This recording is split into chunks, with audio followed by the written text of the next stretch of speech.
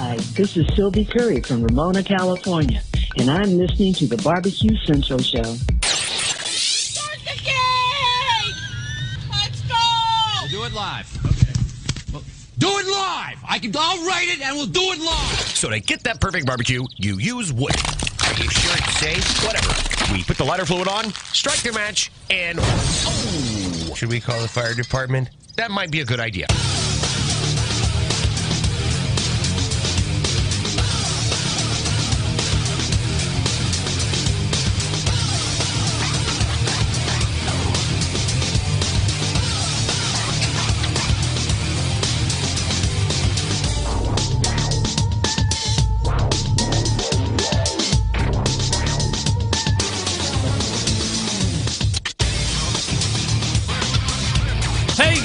And welcome to the Really Big Barbecue Central Show, a show that talks about all things important to the world of barbecue and grilling. We are originating, as we do each and every week, from the barbecue capital of the North Coast and the Rock and Roll Hall of Fame city of Cleveland, Ohio.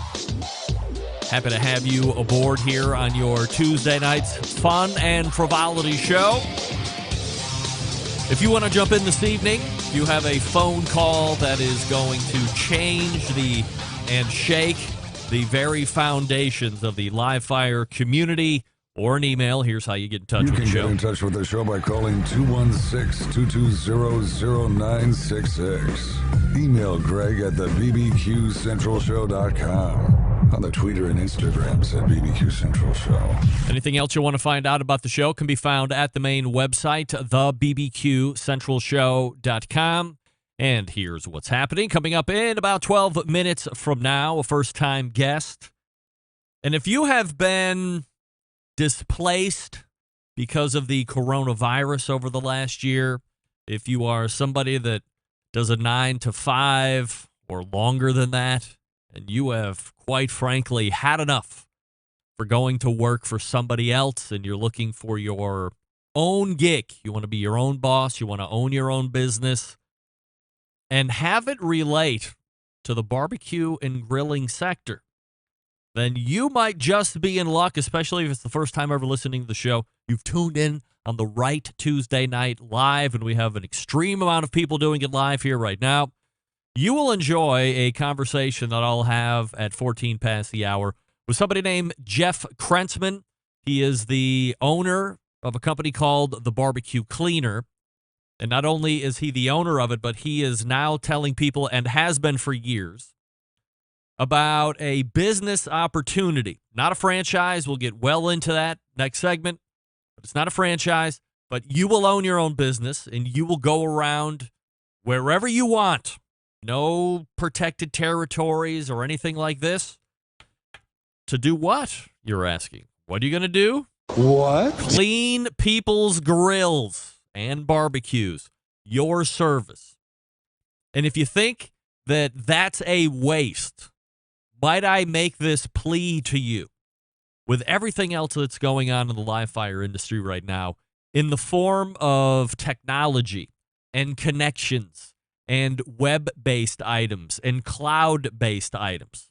People being told to flip your steak now and pull it off the grill now and let it rest for this amount of time.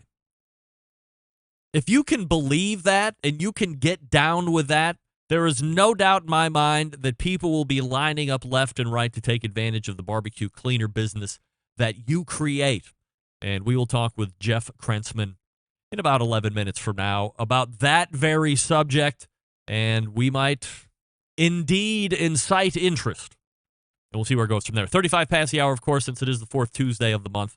We will be joined by Derek Riches from DerekRiches.com. Plenty to talk with Derek about since our last meeting a month ago, not the least of which is how he's doing. Remember, he moved from Utah, Salt Lake City-ish, to Austin, Texas.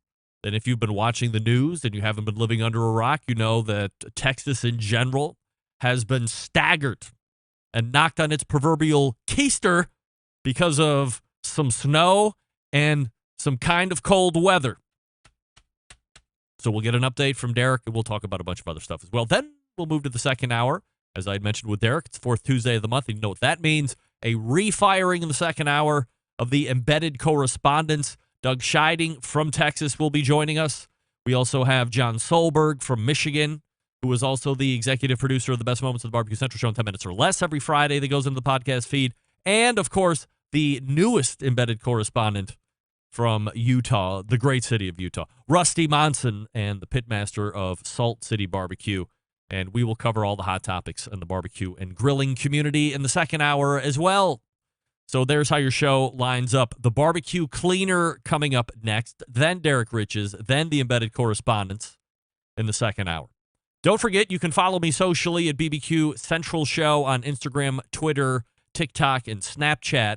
You can get live video feeds on Facebook and Twitch /BBQ Central Show. You can also get a live video feed on YouTube /RD, like Romeo Delta, RD Rempe.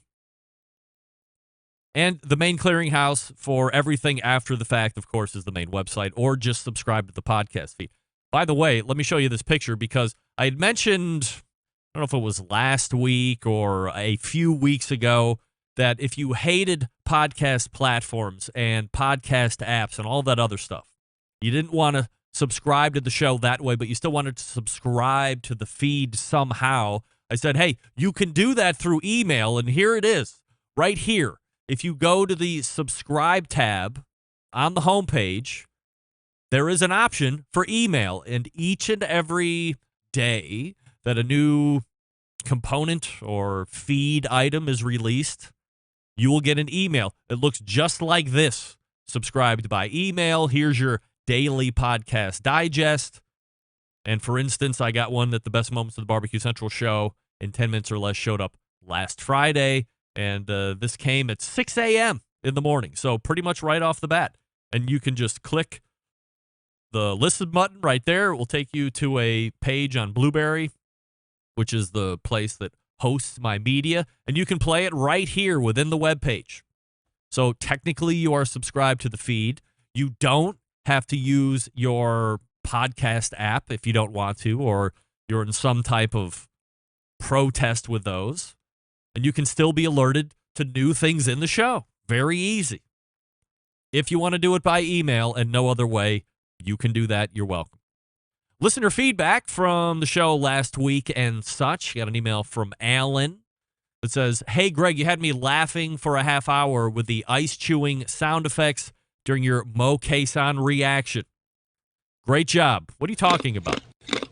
Were there ice chomping sound effects going on that I wasn't aware of? Thank you for listening, Alan. Appreciate the feedback. Pete in Texas says, Greg, I really enjoyed the interview with Robert Moss last week. I hope you have him on again. Maybe even a recurring role of some kind. I agree. Thought Robert was a really good first interview. A lot of good history on him. And some Carolina or Carolinian barbecue stuff, as well as some barbecue stuff in general. Fun to talk high level. And as he had mentioned last week, he was under the impression that in the, was it late 80s, did he say, or some point in the 80s, that restaurant barbecue was more or less on the way out. And it has seen quite the resurgence ever since. And we put a face to it, and we call that face Aaron Franklin. And we wondered aloud if Aaron Franklin wasn't even interested in barbecue and didn't start that barbecue stand on the side of the highway or wherever the hell it was in Austin. Would restaurant barbecue, and therefore the industry of barbecue, seen the continued growth that it has year over year?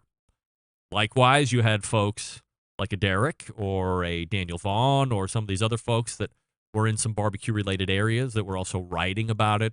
And perfect storm type culture. What can I tell you? I don't want to be look at me guy, but if I might be breaking news for a moment. A Barbecue Central Show exclusive news update. Greg Rempe reporting from the breaking news desk here in the city that breaks all the breaking news across the country, Cleveland, Ohio. And I'm here to tell you something. For years now, we have seen technology come upon grills. We have seen advances in remote thermometering. We have seen as early as last week or as recently as last week, connection devices, for instance, from Weber that are going to be giving you a more connected experience than ever, telling you exactly what to do every step of the way from start to stop. And I asked the question, why or when will we see a thermostatically controlled gas grill? I've asked Meathead on any number of occasions. We can't seem to hypothesize enough on when this might happen. Well, I can tell you, forget hypotheses or hypotheses or whatever you want to call them, because yours truly saw a brand spanking new, in working form, thermostatically controlled gas grill that will not be sold here in the state yet. Neighbors to the north might get their first dibs on a thermostatically controlled gas grill, so keep an ear out. I'm not going to give up any more information than that because I don't know. I've signed no NDAs and I don't want to get anybody in trouble. But there's one out there, and I have seen it working with my very eyes. So not only is this one of those things that everybody's wondered about, why can't we do? It's here today in 2021. Before we get to Derek, before we get to Jeff, I will talk to you quickly about Primo Grills. The website, primogrill.com. They have oval ceramic cookers. Why oval? Why not? Gives you true two-zone cooking, of course. You can stack the coals over on the right side if you want, and you can have a completely void of fire left side. So you can put the meat over no heat and bring it up slowly like a reverse sear, or low and slow if you would like, and then you can transfer it over to the right side to do some really hot, fast searing to finish everything off. Now, you can certainly decorate coals from left to right on the oval if you want, and just do a direct grilling or a longer, low and slow session, however you want to do it. But the oval gives you the option of true two-zone cooking. They have an XL model. They have a Jack Daniel's XL model. They have a large model. They have a junior model.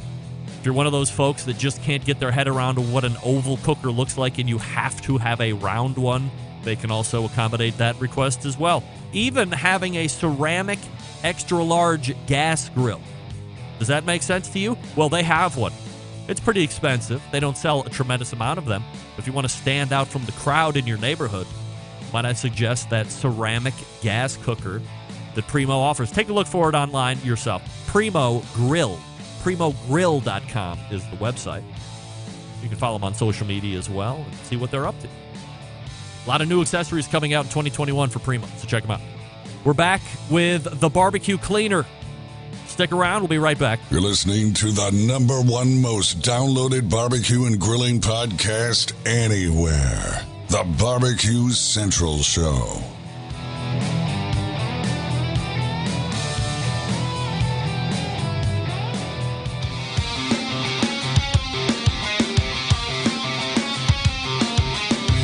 Broadcasting live from the Barbecue Central Show studios in Cleveland, Ohio. You're listening to the Barbecue Central Show. Once again, here's your host, Greg Rempe.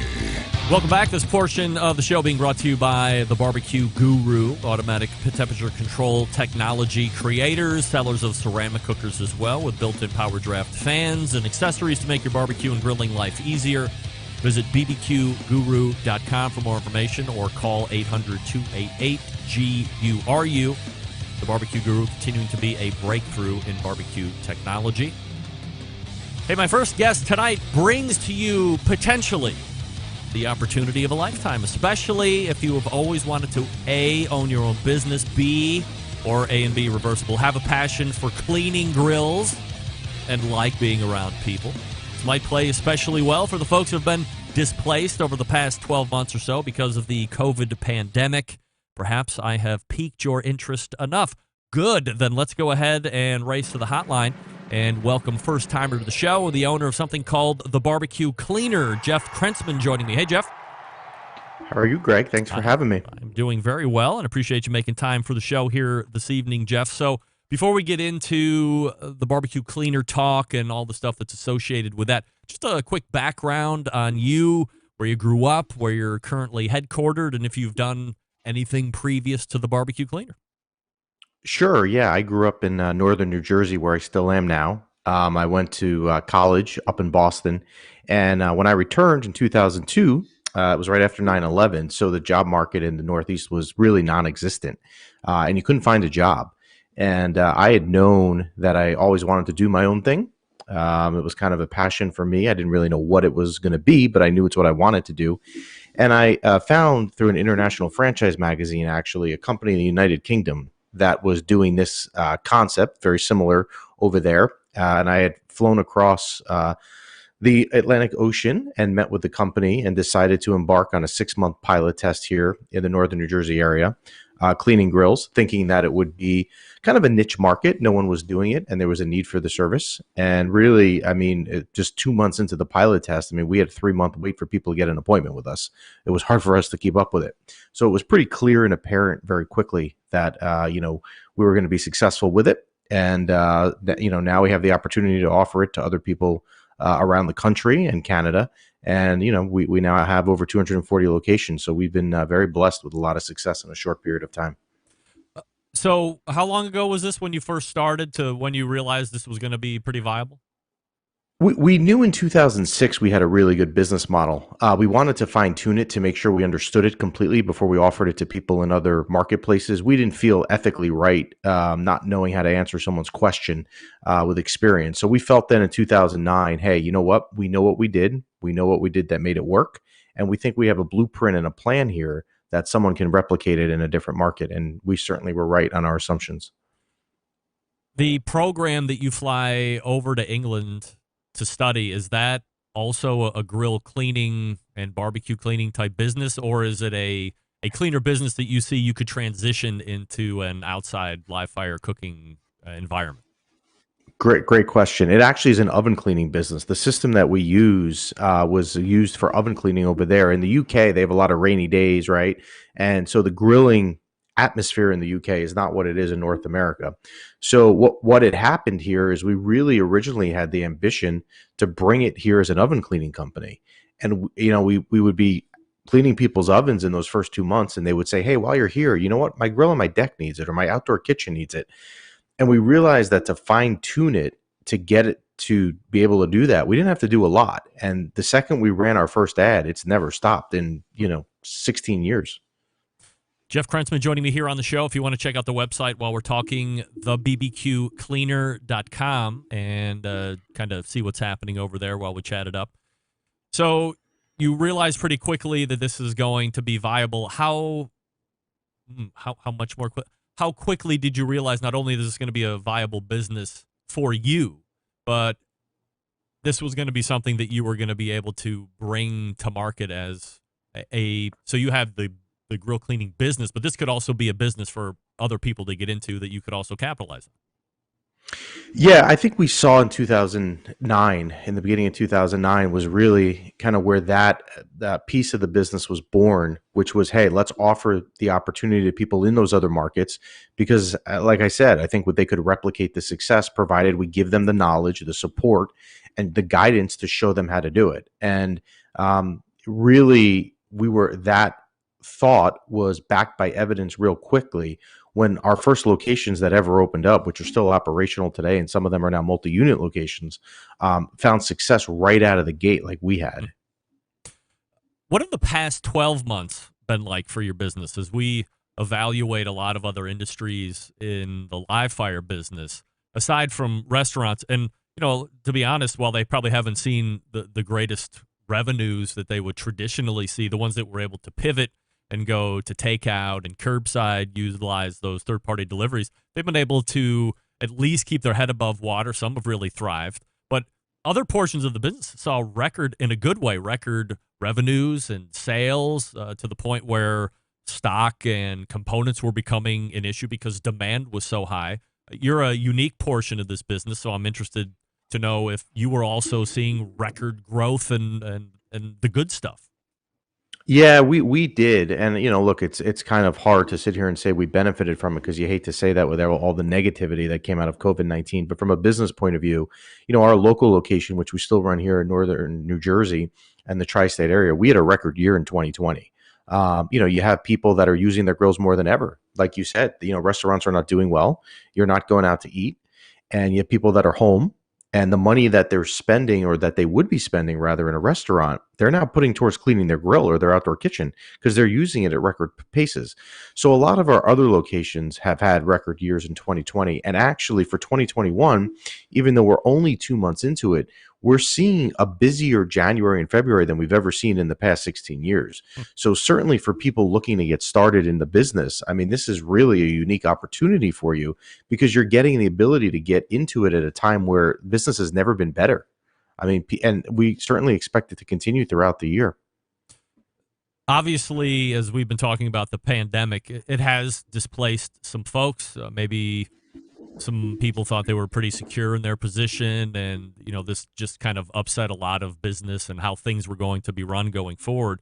Some of those folks are pretty passionate barbecue and grilling folks, so this could be an option for those who are perhaps looking to take a different path and own their own business, not go back to work for the man or for a corporate rat race, and take that step outside of the box, be their own boss and dictate their days and business, and really earn their success off of their back. So when we look at somebody who is looking into this, what are the first things about becoming an operator we need to take into account? Well, I think a couple things. I mean, we've now seen with 240 people doing it, so successfully. There's various backgrounds, right? I don't think there's one skill set that somebody needs to have. But what I would say is that there is a common theme among them, in that really they're looking for some of the things you just mentioned, right? They don't want to go and work for someone. They want to be their own boss. They want to work from home. They want to set their schedule, and they want to own their own business. So those are some of the characteristics we certainly see across the board of all 240 people, that what they were looking for, but also then what they find here with us. All right, so before we dig further into what it takes to be an operator, and from the customer side of things, if I was to contact a barbecue cleaner around my region, or if I was in New Jersey and I was in your service area, as a consumer, what am I paying for? Is it a flat fee? Is it a service by service? How does that work? Well, because our locations, they own their business, they get to set the pricing. Now, we certainly give them guidance on what we think, they should be priced at. Again, we give them all the support and all the knowledge they need. The majority of our locations, including us here in northern New Jersey, we do a flat fee approach. It just seems to work better. Here, we get $299.90, really $300 for every grill we clean. Now, there is certainly a demographic dependency to some of the pricing, right? Someone in northern New Jersey is going to be able to charge more than, let's say, one of our locations up in Idaho, right? Just it's a cost of living is different. But the national average seems to be between $200 and $250 for cleaning. So it's very good money. It's excellent profit margins. Your overhead is extraordinarily low, right? And you're the one doing the labor. So it's a great, great payday at the end of the day. Is there a typical, I mean, obviously all grills are different. Certainly this crowd knows that different grills are a lot more complicated, but is there an average time that one of these guys takes to clean a grill? Sure, an hour and a half to 2 hours. Right. And that time will go down over time for two reasons. One, you just get more efficient at it, right? Like anything, you get better at the process. But the second thing that happens is the majority of your business over time becomes repeat. And if you've cleaned this grill 7 times already, when you go there and you were just there 4 months prior, it's not going to take you 2 hours. It's a lot easier. It's never as long as the first time you're doing a grill. Jeff Krentzman joining me here on the show. TheBBQCleaner.com is the website, and we're talking about the service that they're offering and something that you might be interested in from a owning your own company perspective. This is not a franchise. We haven't mentioned it specifically. It's not a franchise. You had mentioned that the locations own their own businesses. So is this what you would compare to something like a licensing, or how is this technically classified then? Yeah, licensing is a good word. Another word that we use a lot is a business opportunity. We've seen some people use the word dealership in there. I think it's very important, and it's probably the number one reason. And there's a bunch of reasons people have been so successful. But because we're not a franchise, you're keeping 100% of what you make, right? So at the end of the day, if you're going out and you're doing $900 in grill cleaning on a Tuesday, that $900 stays in your pocket. You're not sending, a 7% of your sales for the day back, 2% for advertising, and you own all the equity in your business, right? It's not, you're not part of a nationwide brand per se with the naming, so you own all the equity, and that's very, very key for these business opportunities. All right, Jeff. So let's say I, Greg Rempe, am interested in starting the barbecue cleaner business here in the Rock and Roll Hall of Fame city of Cleveland, Ohio. Let's go through a step-by-step process of what it takes for me to own the business from the start. Sure. Yeah. So what we do, and we do them almost every day, we do a free 15-minute consultation with people where we kind of, over the phone, we go through their background, what they're looking for. We look at their demographic and really try to determine if it's a good fit. The one thing that I like to do, and it's probably, in some ways taking it a step beyond what needs to be done, is I like to understand what you're looking for. And I want to make sure that what it is you're looking to get out of this business, you're going to achieve here. I don't have any desire in you, not finding what you're looking for here. So, we go through that 15-minute process. A lot of guys will do, a lot of prospects rather, as they should, will do a lot of due diligence on us. We encourage them to call any of the 240 locations. You're going to hear a very similar story from whoever you call.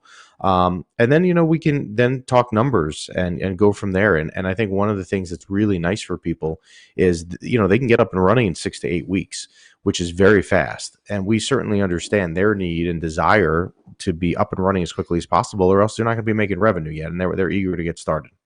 Is there a get started fee? There's a one-time fee, yeah, and it's very, very affordable.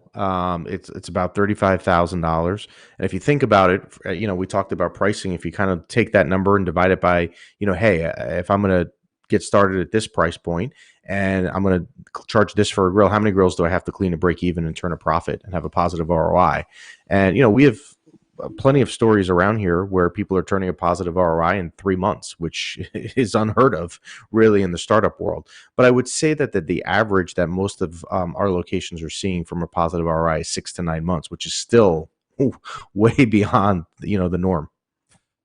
In the training program, you said you can be up and running about 6 to 8 weeks. What are you covering within that time frame to make somebody an expert? Sure. So the training program is super critical. We do it where I fly out or drive, really, I guess, depending on where you are, and spend some time with you training. So we go over all aspects of the business, right? It's what do you need to do to get started? How are you going to market the business? We develop a customized marketing plan. I want to know how many grills you want to do a week, and then we're going to develop the most cost-effective plan to get you to that number. We go through obviously all the tangible things, how to use the system, et cetera. The one thing I always say to people about training, and they always like to hear this, is training is never your one opportunity to get your questions out, and put pressure on you on that during it. We have all the ongoing support here. So you have ongoing support for whatever you need. Any questions down the road, we're here to answer. I mean, we still get questions from some locations now that have been business 11 years, and we're more than happy to help them, whenever there's a question along the way. There's always new grills coming out each and every year. So from that aspect, is the ongoing training covering whatever new revisions there are, or is this something where the Genesis line from Weber has these new revisions this year, but what you're doing really isn't going to change from one year to the next? It's not going to change. And the Genesis is probably one of the more popular grills that I clean, right? And there's different levels of the Genesis, as I'm sure you know. Weber Summit, Weber's nicest grill. There's different levels of the Summit as well. But regardless of the type of grill that's out there, the process is all the same. The system is so incredible, right? And it's important that it's a one-man job, so you don't need to pay a second person. It's an hour and a half to 2 hours, so it's efficient because you're getting paid here by the job, not by the hour. But the third piece of that, which is extremely important, is it's delivering a customer satisfaction level of 99% and higher. So that customer is going to use you time and time again, and also refer other friends to you. Is there a typical amount of business you see from your best operators and your mid-level operators and your low levels, or maybe guys are just kind of doing it on the side? Yeah, I mean, so that would depend on really what you're and how often you want to, push fast you want to push the pedal down. I mean, we Right. have some guys that do it full time and they have, 4 or 5 units on the road. And, I think if I told you what they tell us they make a year, you'd fall over, but it certainly makes sense. And then you have you have some people that say out of the gate, look, you know what? I'm 65. I'm retired. I have a pension coming from some other career in my life. I'm not looking to build some major empire right now. I'm just looking to get out of the house and have some fun. And that's fine too. Now, they would bring the number down, but at the same time, I never look at that as a problem because what they're wanting to get out of the business, they're achieving. So it is across the board, but yeah, some of the higher end ones. I mean, if again, I mean, you would be I stunned mean, if you saw what they were are they pulling. generating gross revenue numbers like in the millions? I think they're a little bit under a million, but I think Wow. for some of them being into a business, a couple years and having a business $700,000-800,000 a year in gross sales that you own and you're just continually building year after year and you have the equity in, I mean, they're beyond thrilled. No doubt. So we talked about how this is not a franchise, so no ongoing fees like you were talking about. But are there any specific things that the barbecue cleaner business is mandating or things that they have to do in order to stay in compliance in some degree? Not really. There really isn't. They operate under their own independent name. They get the guidance from us, the ongoing supplies, all the equipment that they need. But they're really running it themselves. I mean, I don't think any of them have a desire to take the system and reinvent the wheel and do anything crazy to begin with, or why would they have gotten started with us? But there's not a lot, and a lot of people like the freedom. I mean, it's one of the feedbacks over the years that kind of had surprised me from where we started, which is how many people just simply like the fact they get to make all the decisions on their own. It's their business. They get to run it. So if I was buying, one of your products and then I happen to find something that maybe is a little less expensive, seems to work just as good, there's no issue if I buy, Zep degreaser or whatever instead of the barbecue cleaner version? Yeah, no, our stuff is priced excellent. I mean, so we talked before about the overhead being low, right? Every time our operators go out and clean a grill, their cost and supplies is under $5 for everything, and it's not just a degreaser. I mean, there's about 4 or 5 different things. So we certainly keep the price of our products on the ongoing side very, very low to keep the margins high. As a matter of fact, since 2009, if you ask an operator of ours that was there in the beginning, like one of the first few people, and you said to them, "Hey, what you pay for in supplies in 2021, how does that compare to 2009?" The price is the exact same. We don't change it. We've kept it the way it is, and that's certainly our intention for the long haul. What are your goals for the barbecue cleaner? How many operators or how many locations would you like to have by the end of the year? Look, we're always looking to grow. I mean, the goals I think for 2021 are in line with every other year, which is look, let's keep. It's twofold, right? So it's helping new businesses get started. We've certainly seen in 2 months an overwhelming demand for people to get started, and I think COVID has had a lot to do with that. As we talked about, I think this is the perfect time. I don't know that there's been a better time to be in this business right now than the 12 years we've done it than right now. But the second goal is to keep supporting our ongoing locations, make sure they keep growing and growing every year. Look, there's nothing better than getting success stories in here every week and hearing positive feedback. So we're going to do everything we can to keep supporting our existing base and make sure those stories keep rolling in.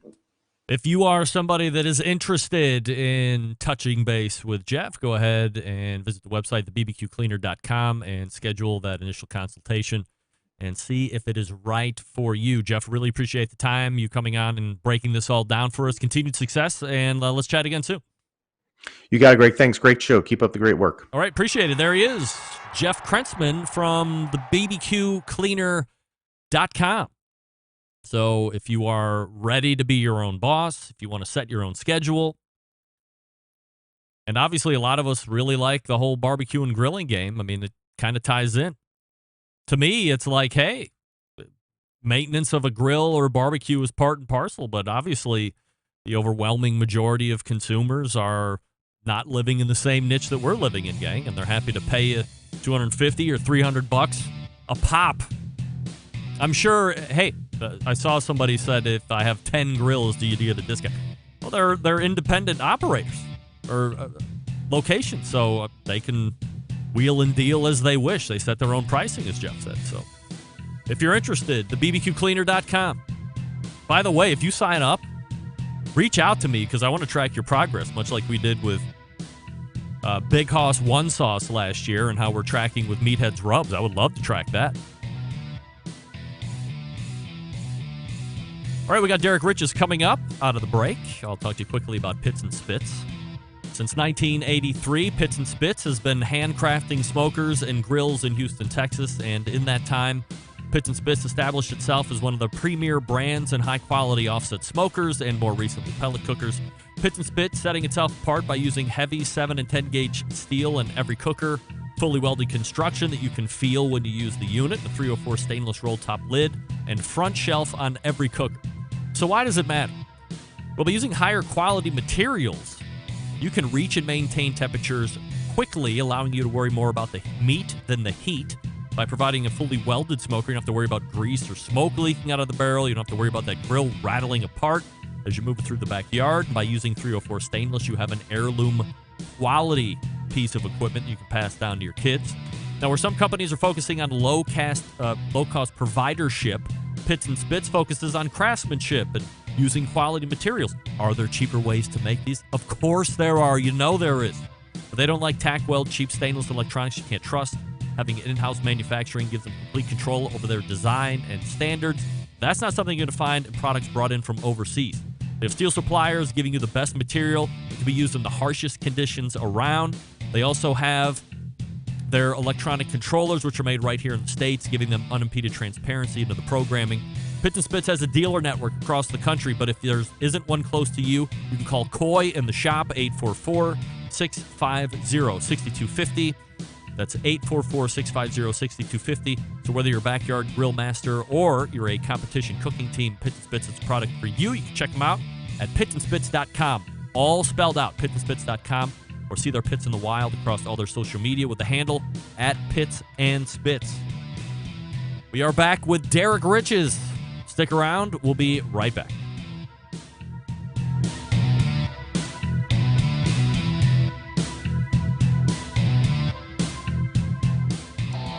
Howard Stern, Jim Rome, Dan Patrick, and Greg Rempe. The Mountain Rushmore of talk show entertainment. Now, let's get back to the Barbecue Central Show. And this portion brought to you by cookinpellets.com, C-O-O-K-I-N, cookinpellets.com, your number one source for quality wood pellets for all your pellet-driven cookers. You can visit cookinpellets.com for more information or to purchase. Alternatively, Amazon.com if you want. Fourth Tuesday of the month at this time segment brings a visit from the most respected barbecue journalist in barbecue journalism. That, of course, being friend of the show, Derek Riches. Hey, Derek. Hey, Greg. How you doing? I'm fine. Are you geared up and ready to start a barbecue cleaner business? I hear consideration. No. Yeah. No? No. I mean, it's a chore enough for me to clean my own, you know? Of course, I have you're not making $250 to $300 a grill when you clean your own, though. I know. $5 in supplies to clean. I mean, that's a pretty healthy, as a business guy, nobody likes a more healthy margin than me. I mean, that's pretty good. Yeah, that's actually not bad. I'm impressed by the rates. So, but I'll keep it as a backup plan for now. Sounds great to me. Derek Rich is joining us here on the show. So let's start nowhere near live fire talk at the moment. You know, for the majority of your life, as we learned in your origin story, you've been in the hinterlands where snow and cold weather was bountiful. However, recently you've moved to Austin, Texas, where a cold snap and, 10 inches of snow brought the entire state to its knees. People literally dying because the infrastructure failed. There was no running water. The list goes on. And for comparison, last Saturday here in Cleveland, Ohio, it snowed 10 inches in 3 hours. We never made it above 20 degrees, with many days below zero and no loss of power and no stoppage of water, full food supplies, and the list goes on. Look, how shocked were you at how ill-equipped Texas was for something like this to happen? Well, when you come from a snowy climate, it's always kind of funny when it snows in the south and It's very the novel. schools all shut down and 2 inches of that. And I appreciate the fact that they're not going to invest in snow plows. Or salt. I saw one, and it was on a 20-year-old pickup truck. That was the only snowplow I've seen in the last week. Um, I was a little impressed that building codes and infrastructure just were not designed for freezing temperatures. That nothing, I mean, they shut down a nuclear power plant because it got too cold. Interesting. And I'm not sure the engineering of that. I mean, what kind of thought process goes into we're going to design a nuclear power plant, which costs billions of dollars, that we have to turn off when the temperature drops below 20? I knew the roads would suck. I knew that, getting around wouldn't be great when it snows. And I planned honestly to just like, well, it's going to snow. I'm going to stay in for 2 or 3 days. So the cold front hits Sunday night, about 2, 3 in the morning, power goes out. Water goes out on Wednesday. And the water goes out because there's no power to pump the water into the towers. Right. So, and then, the issue, it's like, I know that building code where I come from, and I'm assuming Cleveland, Ohio, means you can't run water lines through exterior walls because they'll freeze. Right. Well, all the houses down here have water lines that run through the exterior wall, so they're just bursting all over the place. I've got like 4 people on my street trying to find a plumber to fix those issues. Yeah, it's just, I'm impressed about how little thought went into something like this. And it's tragic. And we can make jokes about it, but you're no doubt. right. Yeah. People have died Yes. because water lines burst, because their homes flooded and then froze because they couldn't get to water for 5-6 days because they had no power for 6 days. And I mean, I'm okay when the overnight low is 9. I mean, You've trained for that your whole life. Yeah, I've gone camping in the mountains in January. It's like, I don't necessarily like the cold. It's not great, but it's not like it's, something I'm not used to. But yeah, it's like 9 degrees, I think, was close to, like record temperatures. Austin City set a record for the most continuous days with snow on the ground. It was 5. Wow. And I'm used to, well, it's 4 months there's going to be snow in my yard for 4 months. So, and it was 74 today. Yes, so, I heard all about it. It was the great thaw of 2021. Yeah. So winter came and went in 5 days, but wow. It was a pretty devastating winter. No doubt. As you said, we're not making light. Certainly, it's just crazy that a state which also has talked about wanting to secede from the union many times, and there have been many petitions to go up. So, I mean, heaven forbid we would have granted them such secession. Would have been a nightmare even further. And the fact that, they're insistent that they not be part of the national power grid because they don't want to rely on the other continental states to, supply them with power in the event of an emergency. So I'm hoping there's a little ramification here, that there's some discussion. That would be nice, but I'm not counting on it. Time will tell. Time will tell. Politics. Derek Riches joining us here on the show. DerekRiches.com, his website, of course. Any news on the Traeger v. GMG front before we tackle some other subjects? Well, Green Mountain Grills issued its response to the International Trade Commission. I think that's been going around the internet. Basically arguing that these patents are way too vague, way too broad. They impact way too many industries to be upheld. I never thought that the International Trade Commission was going to take action against Green Mountain Grills. I thought that was kind of a long shot on Traeger's part, but as far as the lawsuit goes, the court case, now we're hearing fall before, I think I heard anything might September or happen. something like that. Yep. Yeah, I mean that's kind of the range I'm kind of hearing is late summer, fallish, but it's probably Green Mountain Grill's interest to push it back as far as possible, just because I think that weakens Traeger's position. It gives more time for possibly someone else to pop up and say, "Hey, yeah, we don't think these patents are legitimate." So How close do you think everyone else is watching this that has some kind of similar controller or is somehow related to this in a peripheral sense, depending on how this rules? I mean, there could be a hit list of sorts, couldn't there be?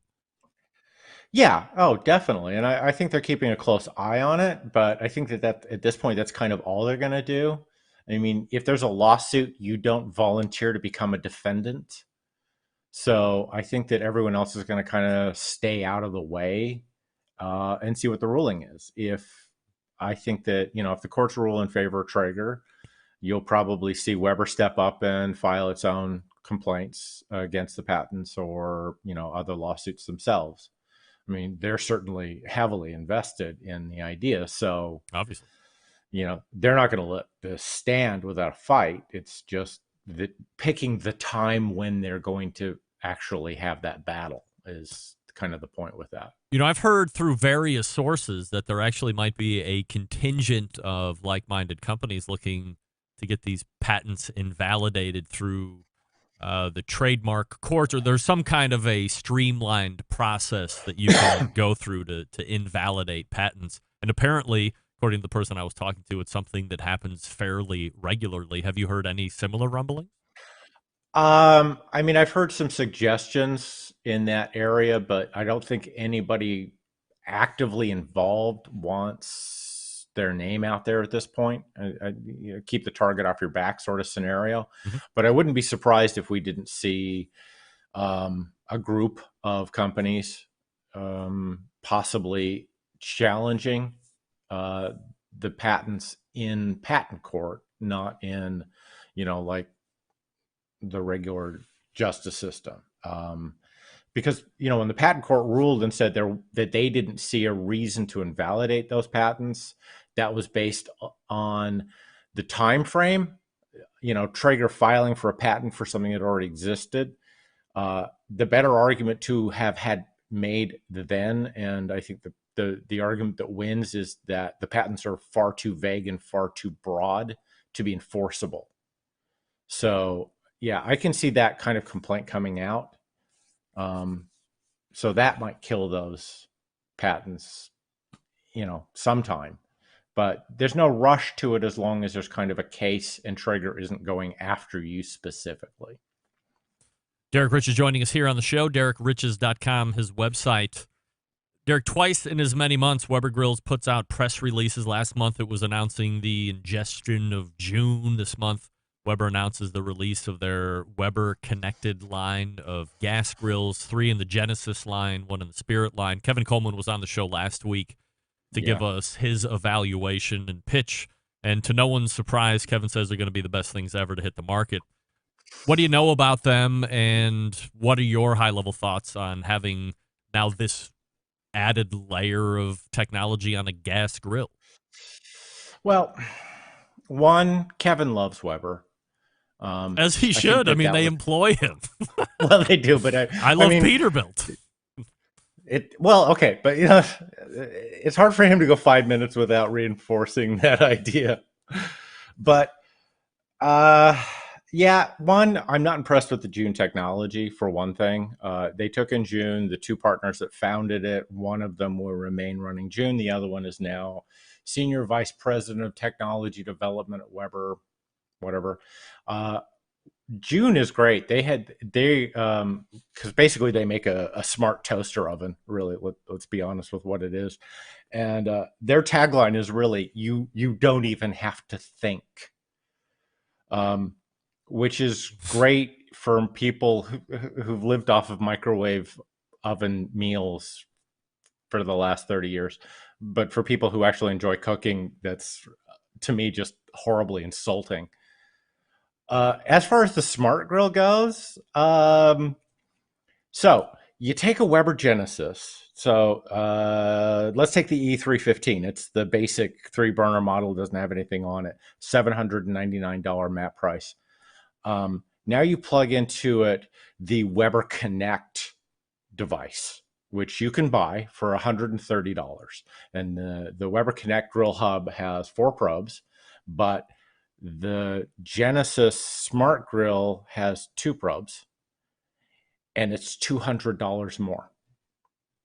Yes, So but are it's you getting literally the like- same kind of like flip and read Yeah. technology and, pull it off now and flip this and all of these step by step and the app access to recipes and all this other stuff? Yes, you are, because that's the way Weber Connect works. Weber Connect runs on this app that they've developed. You can use it on any cooking device you want. You can use it on a kettle. I mean, they certainly want you to use it on a Weber grill, but you can use it on any device you want, and it's pretty much going to tell you the same thing. And as far as this being smart, it's not terribly smart, because it's like, I mean, one, it's like, okay, so I've got some nice thick ribeye steaks. I'm going to put them on my grill. I put the probe in one of my steaks. I put it on the grill.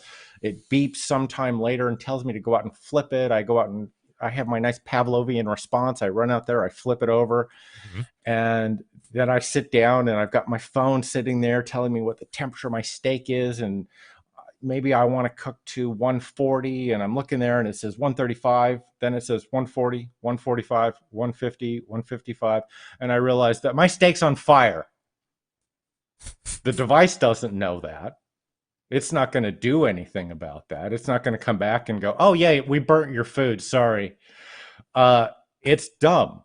It's actually kind of, in many ways, not as smart as other temperature monitoring systems, but it does have a really laid out app. So there's recipes in that app. You can sit there and say, hey, I've got, all these different recipes that I can put in the app. Yes. But I'm not sold on the fact that this is kind of the game changer for grilling, particularly like gas grilling. 90% of the times that a gas grill gets fired up, it's burgers, chops, dogs, or chicken. It's 4 things. And the second time you've cooked the burgers on your new grill, you don't need help anymore. You're good to go. You've probably got this down. Maybe, if you're doing something new or like that, but they talk about it being good for the beginner, for teaching people how to grill. And then they come back and say, and the expert griller will enjoy something. I'm not sure exactly what they were going to enjoy. You were able to hone your skills even further. Yes. You go from expert to expert plus. Yes. I guess. Like medium to medium plus in internal temperature. But I've talked with some retailers on, in particular, like, the higher end Traeger pellet grills, which have a pretty sophisticated app. And you want to cook ribs, or you want to cook pulled pork, or whatever barbecue you want to cook on there, you can kind of, plug in the probe, and the app will monitor, and it'll give you advice and tell you about wrapping, or, that sort of stuff. And so I'm talking to retailers about those customers that come in and say, oh, I'm new to this. I don't know what I'm doing. I want to buy this kind of grill. Will it do it for me? Assistance. Yeah. Will this do it for me? And they get the assistance. But what I've been, the question I've been asking is do these cooks continue to use the app to advise how they cook, or do they just fall back to monitoring? And pretty much the answer almost universally is they just fall back to monitoring. And so what you're saying, in other words, they don't use the technology after a certain amount of time. Right. Okay. And that's what I think is kind of the issue. And I think that it's like, if the selling point of the product is it has a sophisticated app that will show you exactly how to grill something, that repeat purchases on that basis will be non-existent. You're not going to go back and say, my next grill also needs to be very smart, because I'm not. So I don't see the future in it.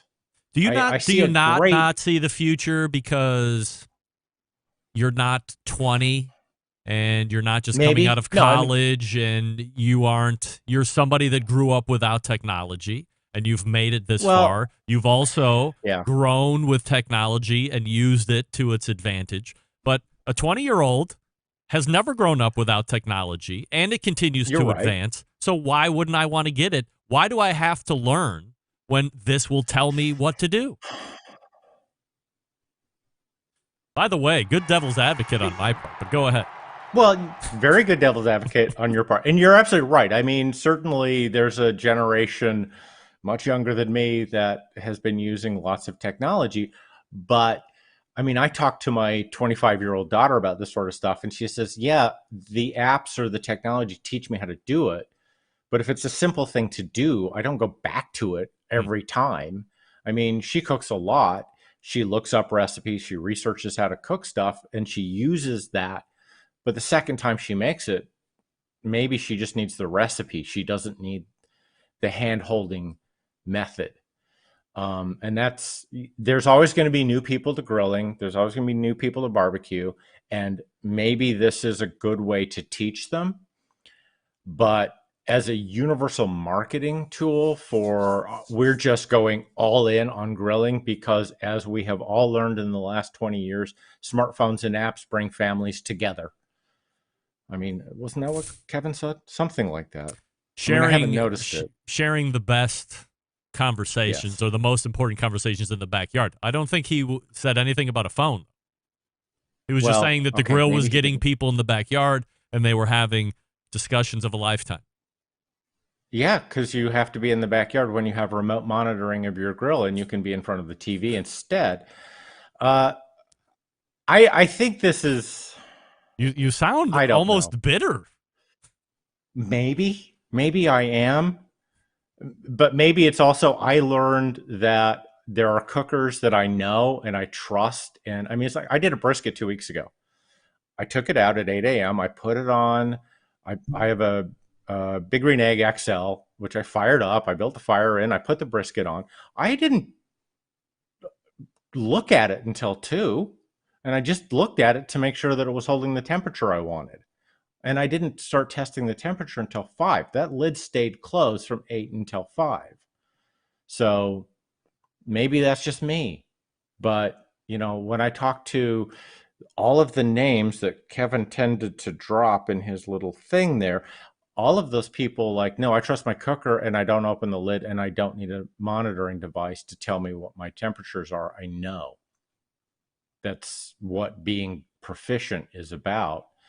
And it's either we raise a generation of people who don't know actually how to cook, but still cook, or we kind of go, hey, you know what? You can become proficient in this by actually practicing and paying attention to what's going on. I don't know. I sometimes worry for the future of barbecue, because there's so many helper devices out there to try and make it easy. And that, you know, just one point, as these things become smarter and smarter, is KCBS going to allow them into competitions? Where do we draw the line? You know, just an idea. Breaking it down as only he can do. Derek Riches, our fourth Tuesday of the month regular guest. You can read his writings at DerekRiches.com, and you find them right here on the show at the end of each and every month. Derek, always appreciate the time, and we will look for you in March. Glad to be here. See you then. All right, there he is, Derek Riches. Breaking it fully down. Wow. On fire again. It's funny because I had a similar discussion with Sam the Cooking Guy about where technology is and some of this stuff we're going to get into next hour with the embedded correspondent, so I don't want to blow it all. But I've had similar conversations with many folks. Some that you would know as live fire folks, others that you wouldn't necessarily know as live fire folks, but it's a great conversation to have. And to continue on, I will talk to you quickly about Green Mountain Grills. By the way, Traeger, get off Green Mountain Grills back. What are you doing, bullies? Throw that suit out. Let everybody have at it from a business standpoint. It's the better business. I mean, you're valued at $3 billion. You're going IPO. You're looking for somebody to buy that. Take it to the public. Green Mountain Grills shouldn't even be on your radar. Let them go. Let's go. All right, anyway, Choice Line, Prime Line, your options to choose from. Also, a Prime Plus. So if you want to save some bucks, you don't need some of this technology that Derek and I were talking about last segment. You can get the Choice Line. It comes in Jim Bowie and Daniel Boone. If you want to nut up for a couple extra hundy, you can go Prime Line. You get a little bit more of a robust build on the chassis. You get peek-in windows on the main cooking chamber and pellet hopper, 2 internal meat probes, app connectivity, Wi-Fi connectivity, all the fun stuff. Prime Plus to actually give you some headlights in the cooking chamber as well. All up to you. They're selling through dealer networks, so go to the website, greenmountaingrills.com, and find a dealer nearest you. Then go visit, and fun it shall have. And you'll get all the info you need, so you can be successful right out of the gate. greenmountaingrill.com. That's greenmountaingrills.com. And we're back to wrap the first hour right after this. Stick around.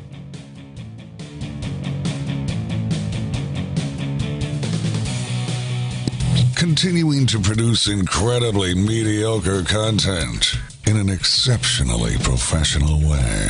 You're listening and watching the Barbecue Central Show. Once again, here's your host, Greg Rempe. Welcome back. This portion brought to you by Fireboard 2, Fireboard 2 Drive, and Fireboard 2 Pro. You can monitor up to 6 different temperatures simultaneously. You can connect to Wi-Fi for cloud-based monitoring or connect via Bluetooth. If you have Alexa or the Google Assistant in your home, you're in luck because Fireboard is fully integrated with both. And you can find out more by visiting fireboard.com or call 816-945-2232. That's 816-945-2232. Fireboard. All right, we thank Derek Riches once again for joining us last segment and breaking down the state of Texas. I'm sure Doug will have a opinion on the state of Texas over the last week and a half or so. And breaking down any new updates on Traeger v. GMG, not so much. And, of course, the Weber Grills and Weber Connect technology that took the balance of the segment. We had like 8 other topics to get to. That didn't happen, so they'll carry over into March, which is typically the case. When we get to chatting, there is a cat right to the right side of me. What do you want? Feed it. I mean, I straight up hate each and every cat in my house at the moment, and it is not a put-on, not fake. I hate each and every one of them for many reasons at this point. The list is long. It's not just cats pissing all over the goddamn place and on my computer stuff, which I have been doing recently. Again, I digress. And we get ready to go to the second hour. So stick around, and we'll be right back.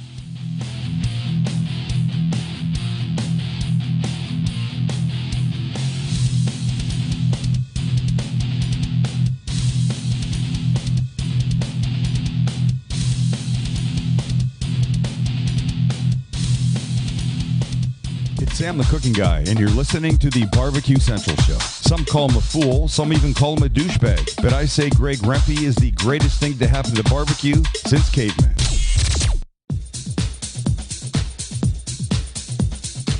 Happy to have you aboard here for the really big barbecue show. Boing.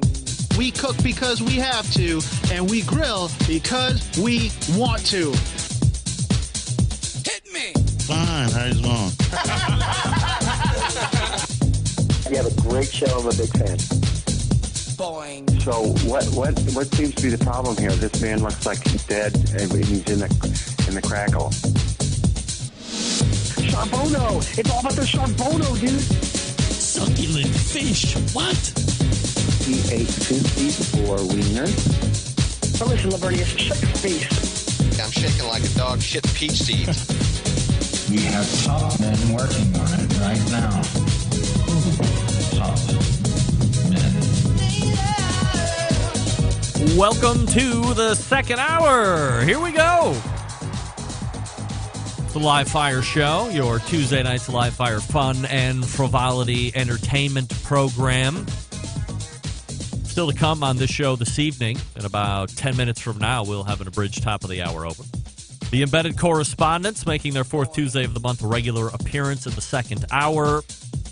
Don't forget, you can follow me socially at BBQ Central Show on Instagram, Twitter, TikTok, Snapchat, /BBQ Central Show on Facebook and Twitch for video feeds. Also /RD Rempe on YouTube for an additional video feed. Coming up on the best moments of the Barbecue Central Show in 10 minutes or less this coming Friday, episode 165, taking you back to February 26th of 2013, where Jason Baker from Green Mountain Grills was a guest on the show back then. And aside from persisting through some incredible technical issues on my end, Jason and I were eventually able to talk about the way Green Mountain Grills has always taken their products to market. As I had mentioned in the read just a few minutes ago, they sell through a dealer network. So they're sending people out through across the country to brick and mortar stores and making partnerships with these mom and pop shops, or maybe not small mom and pop shops, but some live fire cooking shops. So typically you would find fireplaces in these joints as well, and they sell a bunch of grills where you might find a Broil Master or a UMP or a Primo's, things like this. They would also carry Green Mountain Grills potentially as their pellet line. And Jason described why they did it that way versus how a lot of other companies are doing it, which is online or using some of the bigger box stores to pull through.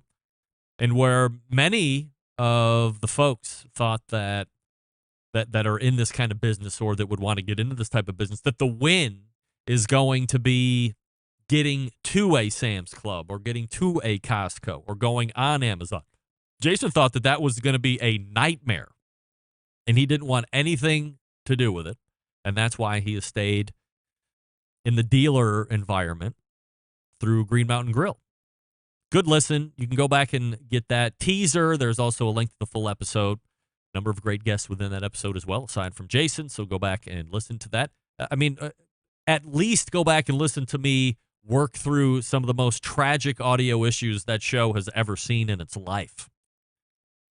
And also, there's some really good content otherwise. You won't believe this, but I don't know, was it a month ago that I talked to you about two ladies in California that were suing Subway for serving tuna that wasn't tuna? What? They said it wasn't tuna. Not kidding. Well, we have a follow-up story to that. A Barbecue Central Show exclusive news update.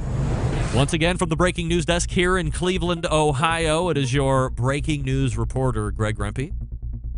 In the city that breaks the most news when it's breaking, Cleveland. We have a follow-up from the ever-credible hypebeast.com. Despite Subway denying claims that its tuna sub does not contain tuna or have any ingredient that constitutes tuna, many still wondering if there's any legitimacy in the lawsuit the chain is now facing. Looking to get to the bottom of these allegations, Inside Edition, my favorite TV show, launched its own investigation into the claims two California-based customers took to the U.S. District Court of Northern District of California a few weeks ago. The news magazine Outlets Investigates unit acquired samples from tuna salads from no less than 3 locations in New York and sent them for advanced DNA testing. I'm not kidding. Inside Edition also spoke to employees about the tuna controversy, or should I say controversy, getting a look at the actual packaging of Subway's tuna where the ingredients read, in this particular order, tuna, water, salt. Sounds like tuna to me. The 3 tuna samples were sent to Applied Food Technologies in Florida, a lab that specializes in conducting DNA testing of fish. Leanne Applewhite, who runs Applied Food Technologies, noted that, and I quote, "We confirmed that tuna was definitely in all 3 samples received. Thank God." Thank God. The results defy the lawsuit launched against Subway and echo a statement from a Subway spokesperson, which also, in a quote, "The tuna our franchisees serve to their guests every day is 100% real tuna. It's cooked tuna, and there is simply no truth to the allegation in the complaint filed in California. Catch Inside Edition's Subway Tuna Sub DNA test investigation above." That's at hypebeast.com. Go to Google, type Hypebeast and DNA tuna or whatever. But all I know is Subway says they serve tuna, and guess what? It's tuna. And once again, out of all the things that they could fake in there, why would they go to the tuna? I don't have any idea. They fake the seafood, allegedly, reportedly. They could fake the steak. Do you get steak and cheese there? Some NBA player does. I forget who it was. Who is that malfeasant on the Golden State? Draymond Green gets the steak and cheese sub with some kind of sauce. Whatever. I'm here to tell you, there's no reason to fake tuna. It's not that expensive. So, ladies, I hate to say it, but Hypebeast and Inside Edition have cracked the case. You're out. Why the hell am I playing the tic-tac-toe theme song? I thought I was getting out of a game show for a second. So there you have it. There's your follow-up. Now, there has been no talk of lawsuits being dropped or Subway now countersuing these 2 ladies for trying to run the frivolous lawsuit up the flagpole, only to have it bursting down in flames and raining down upon them. But it's certainly no surprise to me. Again, I was a sandwich artist for almost a year, working the really late shift. I went at 10 o'clock at night and worked until 4 a.m. I mean, They had a 4 a.m. close in Bainbridge. Nothing's going on after 10 o'clock at night. But they had me, lonely me, a freshman at Lakeland Community College, closing down the local Subway in Bainbridge, 4 a.m. on the weekends. 4 a.m. I could regale you with the clientele that we pulled at that Subway at 2 a.m. and 3 a.m. But we'd never had anybody roll in after 3:30. And I had that thing closed down. As soon as that clock hit 4 a.m., I was gonzo. But not after I had my 2 to 3 pounds of pickles in the walk-in cooler during the downtime. So delicious. So delicious. All right, let me talk to you quickly about Kosmo's Q before we get to the embedded correspondents. They're loaded into the green room. Based out of Oklahoma, Kosmo's Q, providing both backyard and competition cooks world championship level rub sauces, injection soaks, and brines. And their exclusive wing dust is available on the market today as well. Best of all, every one of their products made right here in this exact country. Kosmo's Q to break new ground in the rubs, seasonings, sauce, and injection world. And the results are not only proven in the competition trail each and every year, but they're also proven more and more in the backyard as well. Backyard warriors like me are looking to take that game to the next level on the barbecue scene. No better or easier way to do that than by picking world championship quality rubs, sauces, injections, and marinades. That's exactly what Kosmo's Q brings to the table. Not only is the barbecue game covered, but the whole line of products to help amp up that grilling game as well. And we all know Kosmo's knows about the grilling game because he's a world championship steak cook, amongst other things. Now, pretty sure I have amped you up enough to go ahead and give it a try if you're not a fan already. But if you need one more thing to push you over the edge, let me give you a promo code to save you 10% off the entire order each and every time you visit the website, which, by the way, is Kosmos with a K, Kosmos Q, the letter Q.com. You get 10% off the entire order when you use promo code BBQ Central, all one word and capitalized at checkout. Again, you get 10% off the entire order. If you're snowed in, like many of us, you can use the discount code now to stock up on everything you need when the barbecue season rolls around. If you're able to cook outside all year round, use it now and just stock up on all your favorites. Everyone can use it. It's a win-win for everybody. Promo code BBQ Central when you visit KosmosQ.com. You can save 10% off. Easy. Works each and every time. While you're on the website, be sure to check out their very popular recipe blog. Did you know that they have quite the extensive YouTube channel as well? If you're not subscribed over there, go ahead and do that. Subscribe and ring the bell for notifications when they post new content. See why Kosmos Q just wins. That's Kosmos with a K, Q, the letter Q, .com, and use promo code BBQ Central, all one word and capitalized, for 10% off your order each and every time. Get it now before it's gone. Soon it will be gone in March. We're back with the embedded correspondence right after this. Stick around. You're listening to the #1 most downloaded barbecue and grilling podcast anywhere. The Barbecue Central Show.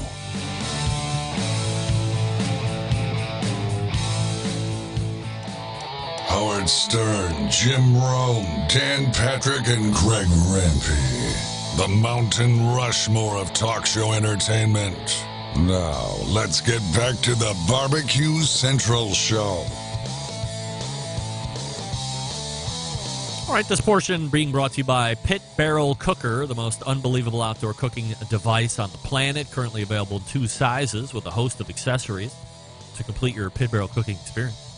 Whether you're beginner or professional, definitely a cook you want to add to the arsenal. Visit pitbarrelcooker.com and tell them the Barbecue Central Show. By the way, if you don't subscribe to the Sam the Cooking Guy YouTube channel, go ahead and check out the video he posted on Friday. He cooked 3 racks of ribs on the pit barrel. So you get a unsolicited review and see it in use. If you're on the hedge or you're hedging your buy, check out Sam, see what he's done, and maybe that will change your mind. It's the 4th Tuesday of the month in the second hour. You know what that means. We race to the hotline and welcome in the embedded correspondents right here. That is John Solberg on the top right to me, if you're looking at your screen. The longest-running correspondent, Doug Scheiding from Texas, directly below, and the newest correspondent from the great city of Utah, Rusty Monson, the caddy corner right there, from Salt City Barbecue as well. So we got a bunch of topics to get to here, gentlemen. And let's start here right off the top. John, for the people that follow you on your social media, it certainly comes as no surprise that nobody has a more pristinely clean and perhaps even hygienic cooking setup than you. So when you hear something along the lines of the barbecue cleaner business, I'm just wondering what your thoughts are generally speaking of that, and do you think that this is something that might really take off and have interest, especially amongst our little niche of live fire cooking? Well, personally, I'm very interested in the barbecue cleaning business and actually have been back and forth with Jeff waiting for my 15-minute consultation. How long have you been waiting? November-ish, but that's not Jeff. That's not Jeff's fault. That's sure? Some life issues have come up. Got it. But I've learned a lot today. So, I think the concept is a great concept. Thanks for the compliments on the grill. I do not have the cleanest grills in the land. Yes, you do. I'm going to give that credit to Mike Lang, but he's my inspiration. I think the grill cleaning business has some legs. I'm a little bit concerned about the level of entry costs after the interview. So I'm kicking it around in my head. It was kind of eye-opening for me. I'm glad he was on. Doug, your thoughts on the barbecue cleaner business? I'd love for John to go through it as the test case for all of us. But I know someone in when I gave you all the grills. That was from a gentleman that I had met in Santa Barbara, who's the Santa Barbara grill serviceman, and he does the same sort of thing on his own without any help, etc. But and he makes a good living at it. So I'm not sure you need all that support and licensing, as he calls it, or whatever. So I'd rather just do it on my own. Oh, I see. Rusty Monson, your thoughts on the barbecue cleaner business? I think it's great. Like if I had a restaurant, which I will, that kind of stuff you don't want to work, deal with, like hoods. We can clean hoods. It's hard, but we have someone come out once a month or whatever and clean them. And if you have 2 double wides, you're going to have someone come in there and clean it when you're not there, and you don't have to worry about it. I think it has legs. If you have a lot of like barbecue restaurants in the area, I think you can get a bunch of business for it. So I would use it. Heck yeah, man. I you guys give me a lot of shit for not covering my grills, or maybe they're not clean enough on the outside, but on the inside, my grills are like spotless all the time. So I hate it. I hate cleaning it. So I would love to have someone coming out and cleaning my grills all the time. I think it's amazing, and I hope they have a Utah chapter. Would you spend $250 to $300 to have each of your grills cleaned? Hell yeah. Hell yeah. I'm that lazy. Hell yeah. All right. I'm all up in grease. I want a week off, or a day off one time. Doug, you willing to spend that much per grill?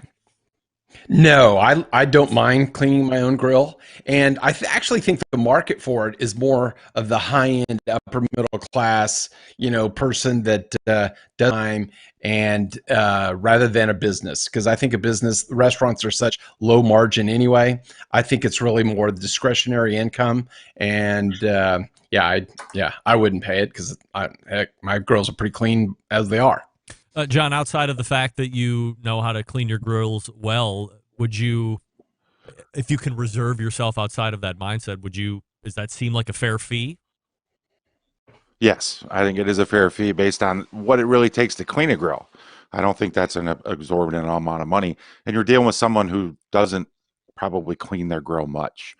I don't see going back and cleaning somebody's grill every 4 months, because I don't think those people are using that grill enough, or they'd clean it themselves.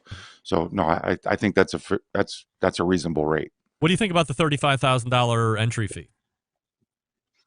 Man, I'm disappointed. It's a bit of a deal breaker in my head for my plan. I understand the equipment that they have. I haven't spoken to Jeff, in fairness.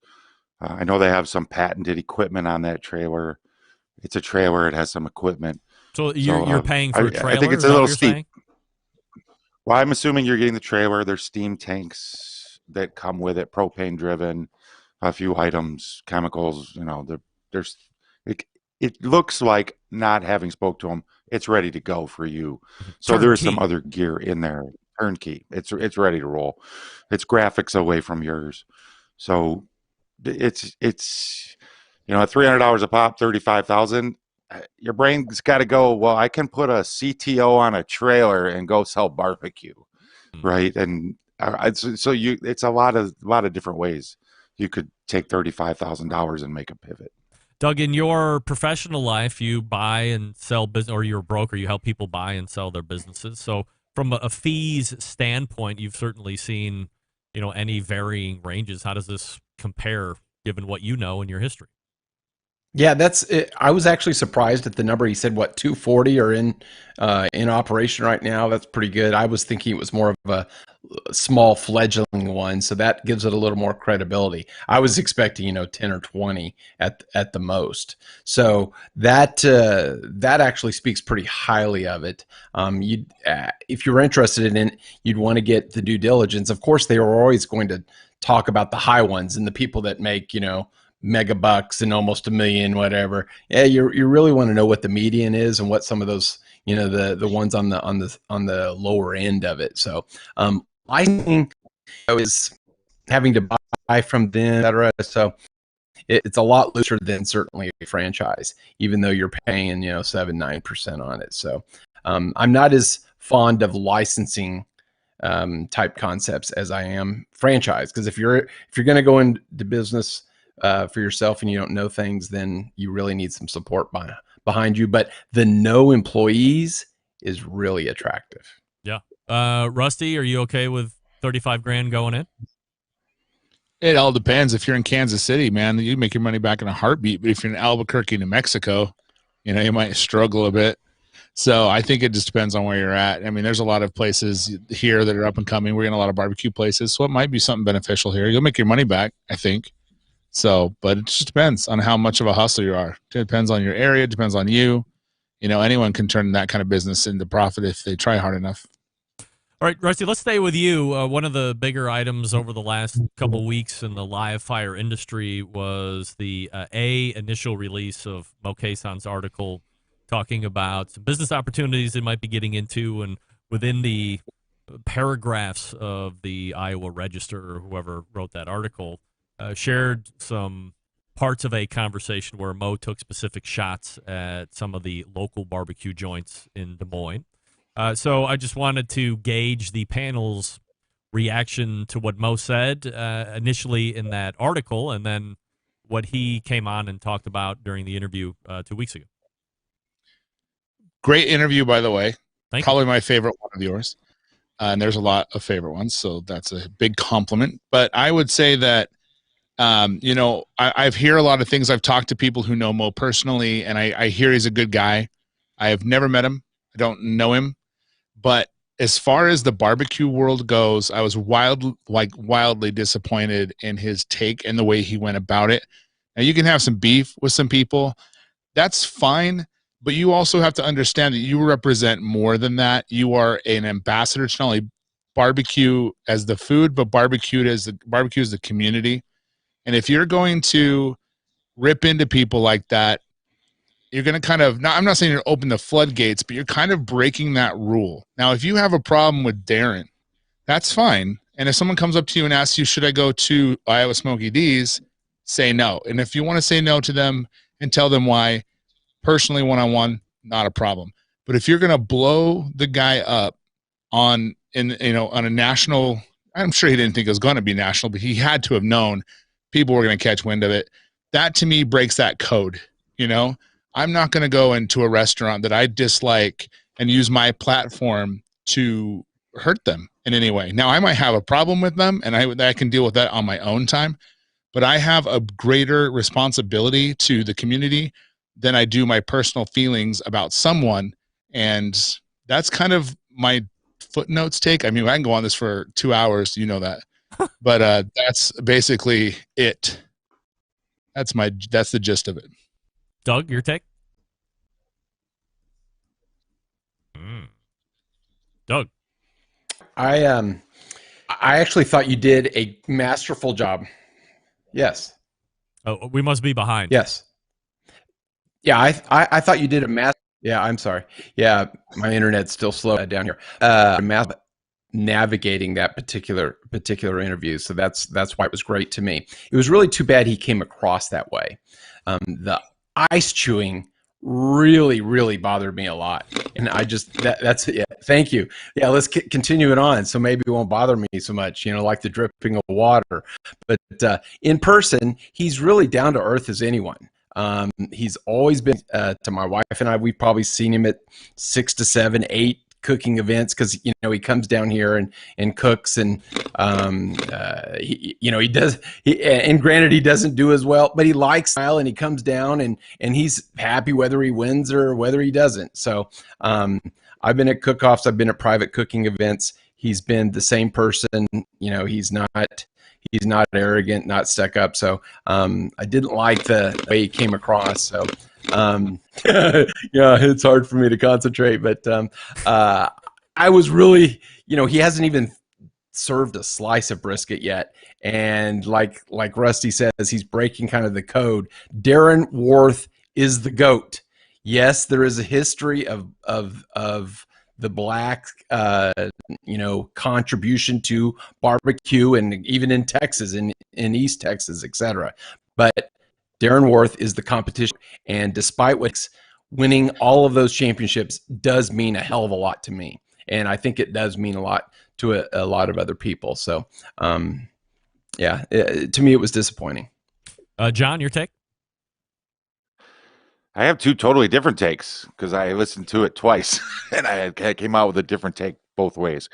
First of all, I really don't have a dog in this fight. I don't think none of us do. Mo right? said, Mo didn't say anything. He just answered questions. He answered your questions. He didn't slam.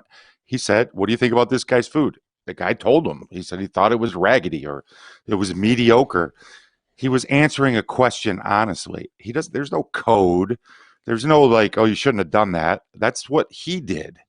It's not what I would do, but it's what he did. Um, he answered questions in an interview, and a reporter wrote them down.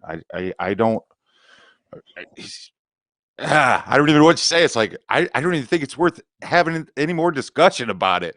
And that's how he conducted himself. He said it. He stood behind it. He didn't try to back out of it. Takeaway is like, there you go. We'll see what happens when his store opens. But until then, he said what was on his mind. All right, so let's go ahead and get our predictions, as we love to predict here on this panel, because we are a group of menses when it comes to the barbecue and grilling world, live fire community. There's a case going on right now between Traeger and Green Mountain Grills. We won't go back into the details. I think that's been covered enough here over the last couple of weeks. But we do want to go on record. We love pools and betting amongst us. So let's go ahead and start writing down what we think is going to happen. We will go to John Solberg first. And John, what do you think the outcome will be for the GMG and Traeger case?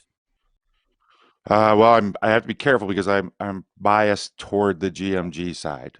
So I got to put that out there right away because I'm just hoping amongst hope that GMG kicks the shit out of Traeger on this one. So I'm going with GMG. Right. Rusty, you have the option of weighing in. I'm writing it down. You know, I'm with John there. I'm a big Green Mountain Grill fan. I like all cookers equally. I think it's a power move. I think in the art of war, it's a very beneficial move for them. It's not out of the realm of business, takeovers or whatever they're trying to do and just kind of shutting things down. You got to respect that, whether you think it's evil or not, which I do. But I'm going to go with Traeger. They're the bully on the block, and they're going to win.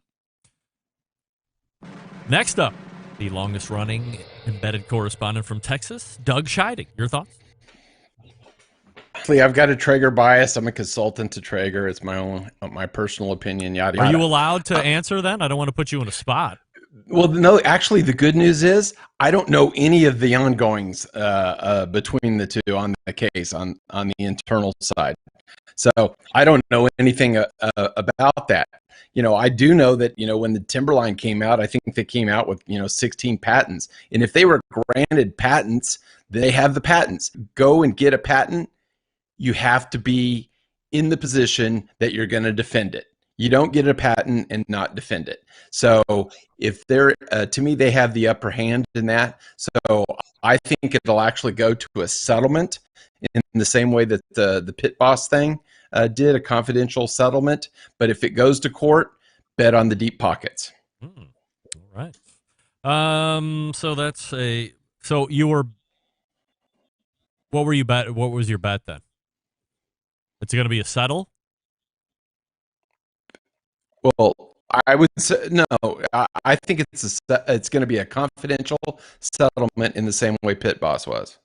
All right. So Doug is a settlement prior, and for me, I don't think there's any surprise that Green Mountain Grills has been a longtime sponsor of the show, and I look at it from a couple different ways. Do I think, as Rusty said, this is bully tactics? That the patents were given incorrectly? I mean, I don't know. They filed. It went through a process. They were awarded. If you have those, then I would suppose that you are then able to levy whatever you want, as Doug said, in order to protect those. Where I find it convenient is that Traeger for years, while they didn't deny the fact that they had patents on wood pellet oil flavoring, they would never admit it in an interview. When Bruce Bjorkman was their marketing guy, well before whoever's in charge now, I had asked him about it many times, and he would never talk about it. And I'm like, hey, if you spend the money on a patent and you think this is the best way to flavor pellets, then get on top of the roof and scream it and say, hey, man, this idea is so good. We got all the patents on it, and this is how we're going to make our pellets, and this is why this is going to be better for everybody in the whole industry, and go try to corner it. But they didn't. They never wanted to talk about it. So it seems contradictory, which is where I love to live, by the way, that now they want to go through with these service patents. And the technology has been out there before they got the patents, and nobody else went to get the patents. There's a whole laundry list of reasons why that would be. So I'm conflicted. Jason Baker might be the best human being in the live fire industry from a business position. Perhaps I'll go on record right now and saying there is no better human being than Jason Baker is. He's a business guy. He wants to make money, but he seems to be more than ethical and more than fair at each and every turn.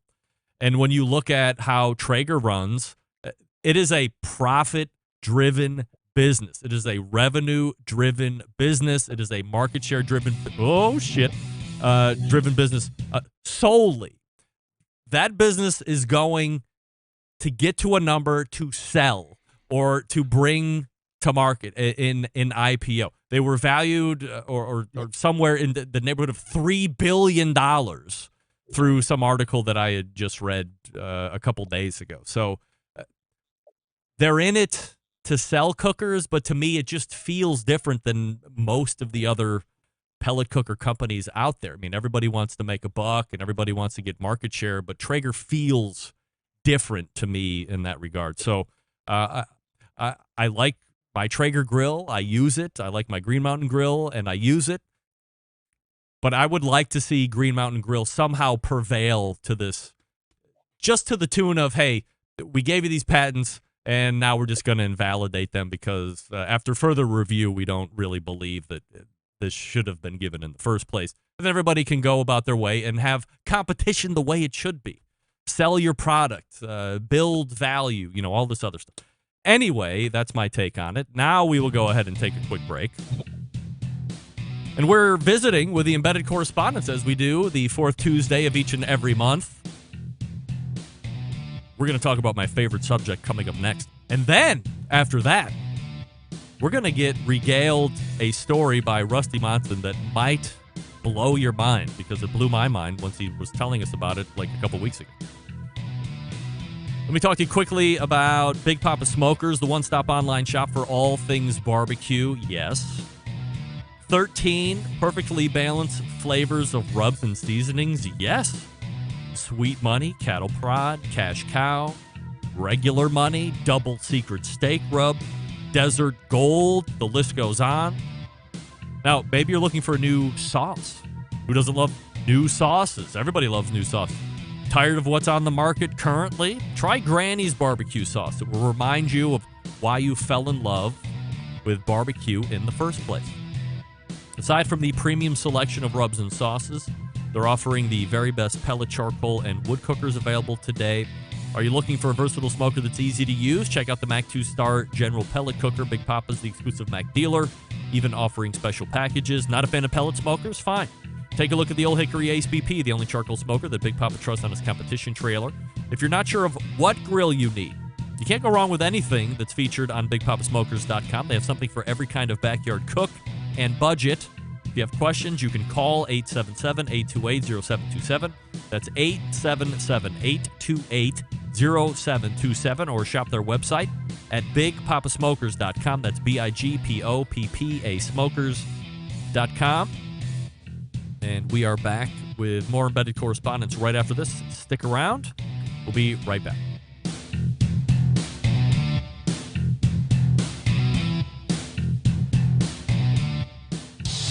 Celebrating over 10 years of prolific and unparalleled live fire barbecue and grilling talk. And yes, it's still being done from Cleveland, Ohio. You're listening to the Barbecue Central Show. This portion of the show being brought to you by Smithfield. Go to smokinwithsmithfield.com to grab one of those last Committed Cooks programs. If there's still one left, I have to double check with Laura Paul. But there were limited amounts left a couple weeks ago when she was talking about it. For tips and tricks and recipes from pitmasters like Chris Lilly and Darren Worth and Ernesto Cervantes, go to smithfield.com. And we're back with the embedded correspondence. All right, guys. So last week I had Kevin Coleman on the show, and we were talking about the new Weber Connect line of gas grills. 3 Genesis lines, or 3 Genesis models within the Genesis line, and a Spirit model in their Spirit line. And I posed this question to Kevin, figuring the answer that he would give, and he did pretty much word for word that I anticipated. But given who we were talking to, what less could I expect? So let's go to Doug.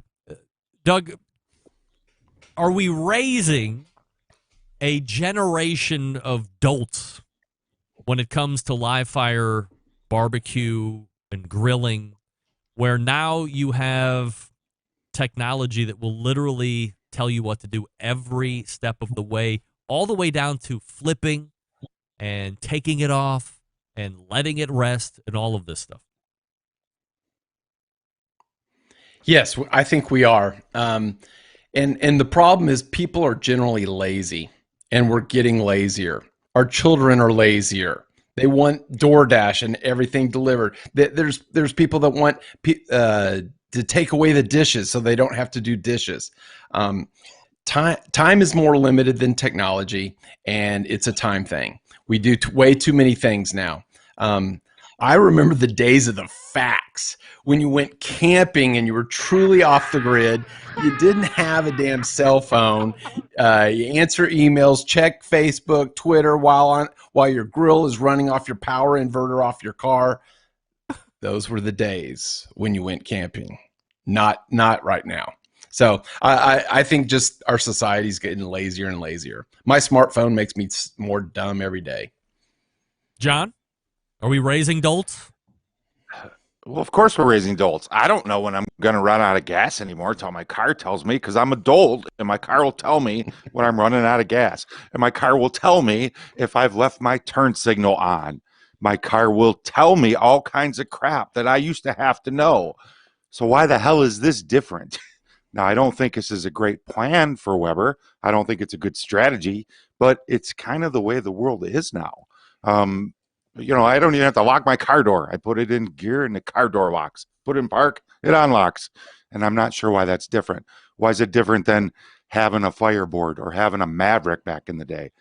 It's just what they feel they can. I don't think they're hitting the mark, because I don't really think they always know what their customers do want. They try to push it on their customers, and they see an opportunity to be the YouTube. They can be the single source provider of information for barbecue and grilling. So they're trying to capitalize on something bigger. Do I think it's going to work out for them? Oh, I hope so. I don't think it will. I'm already anticipating problems that they're going to have.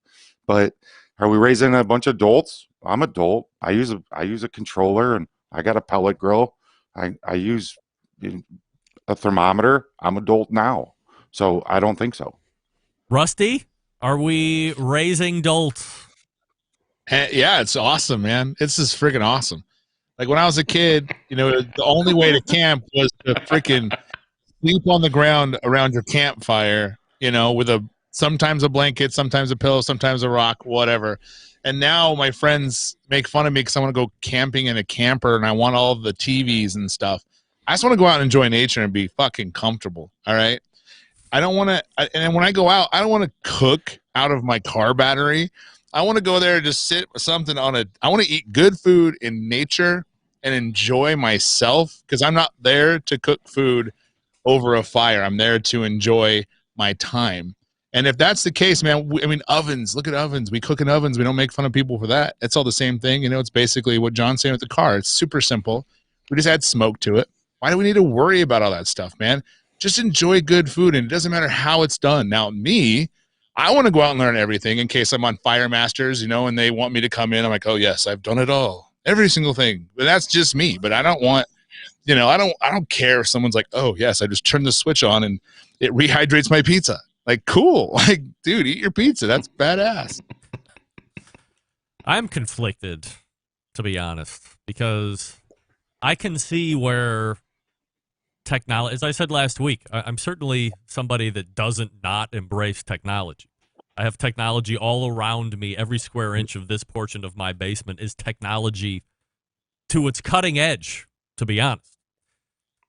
But when Meathead tells me gas grills are difficult, gas grills are hard to use, I say, fuck off, Meathead. They're not. How can they really be that difficult to use?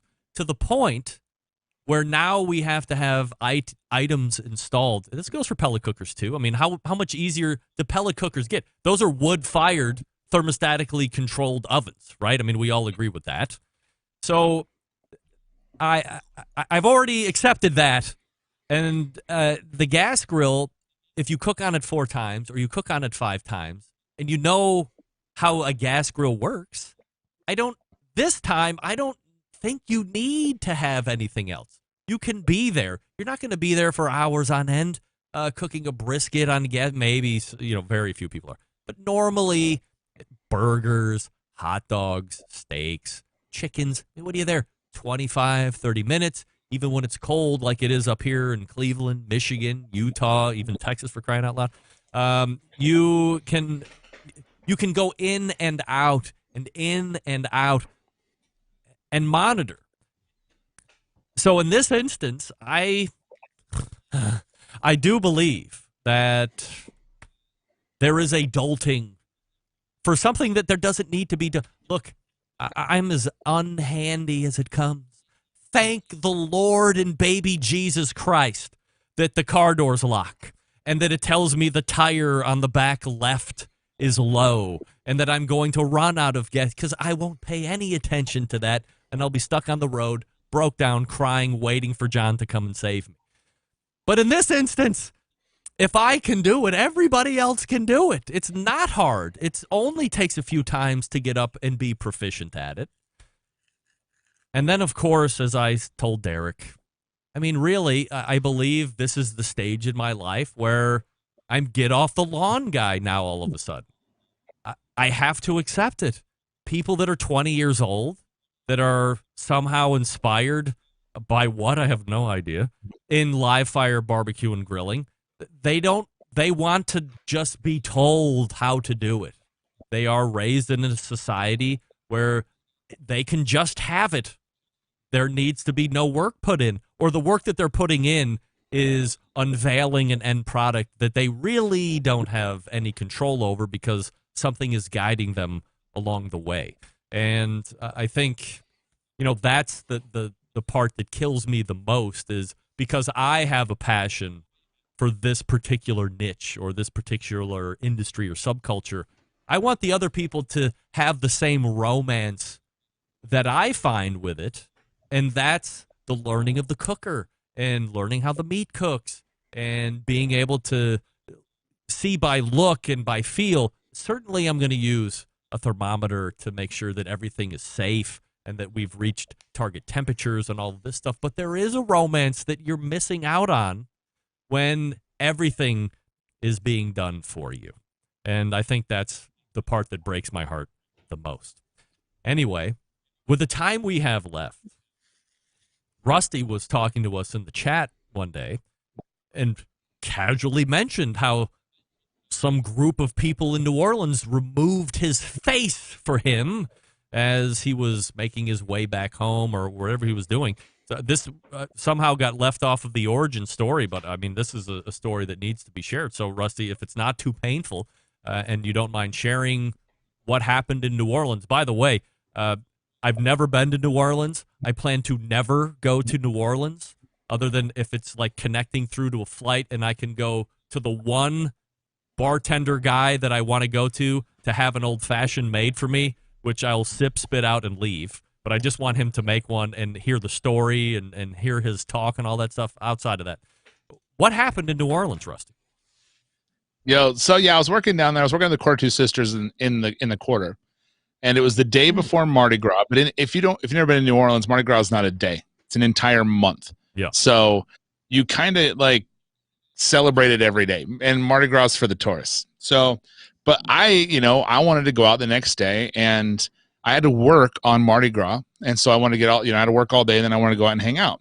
My roommates talked me into going down to the quarter, and he's a photographer, and he takes photos and sells them to people. That's how he was making his money. So I'm like, fine, I'll go. And so we drove down. I drove down with him.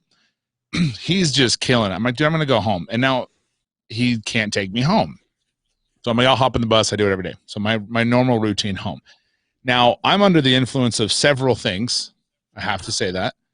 And I live way up on Chapatula Street by Audubon Park. If you've ever been in New Orleans, it's way up there. So you, nice job. Anyway, so I live way up there. So the bus stops because of the parades on Cleveland Street, and that's still a ways. I'm only halfway. So I'm getting out. I'm walking down Magazine Street. I'm feeling good, man. It's like I'm in New Orleans, and whatever. I'm just loving life. And in New Orleans, you have to understand something. It's like you don't go to South Central LA, and just stay away from South Central LA. It's in New Orleans, it's block by block. You go to Trent Reznor's mansion, and then the place behind it is a place you shouldn't be. It's that simple. So I go to a certain street, you cut down, it's safe, right? You know not to cut down streets. Now, again, I'm on a few things, keeping me like loose. So I'm like, I'm going to cut down, not a big deal. I cut down, cut in. There's all these parties. I'm waving, people screaming at me, whatever. And so I cut down this quiet street. I look down the street and I see the Winn-Dixie was this catty corner from my house. So I'm thinking, all right.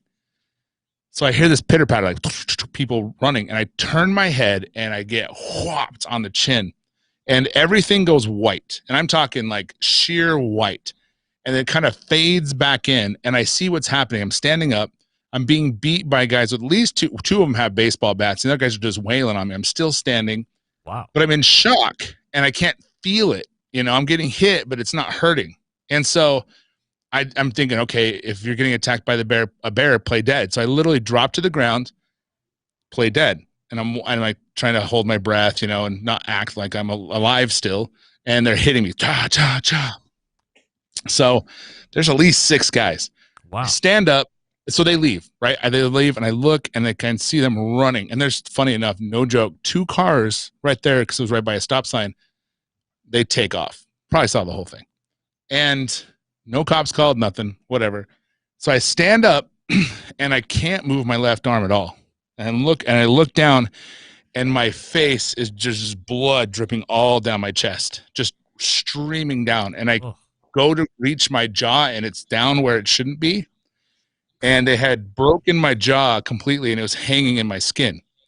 And my arm is busted up, and my leg on my right kills. So I'm like freaking getting home, like the Walking Dead. I get into the house, and I go to my roommate's home. Thank God, he calls the ambulance. And since it's Mardi Gras, he has to actually argue with these people to come get me. And so I'm in the bathroom taking off all my clothes and putting my clothes back on, taking rings off, putting rings back on. And I'm just completely in shock. I have no idea what's going on. Wow. So the scary part is actually my trip to the hospital. They come and pick me up in an ambulance. They put me down, and the lady's looking at me, and I don't think he's going to make it. He's bleeding too much. He's got too much damage to his head. He might not make it to the hospital. And I'm just dazed. But I'm hearing this, and I'm thinking, I'm dead. I'm dying right now. This is it. And they're talking about how just an hour earlier, a block and a half away, a guy got hit by, they assumed the same people, turns out it was, and he died on the scene. He got hit in the same place in the back of his head right here. And if I wouldn't have turned, it would have been over for me because my brain would have swole and I would have died on the scene.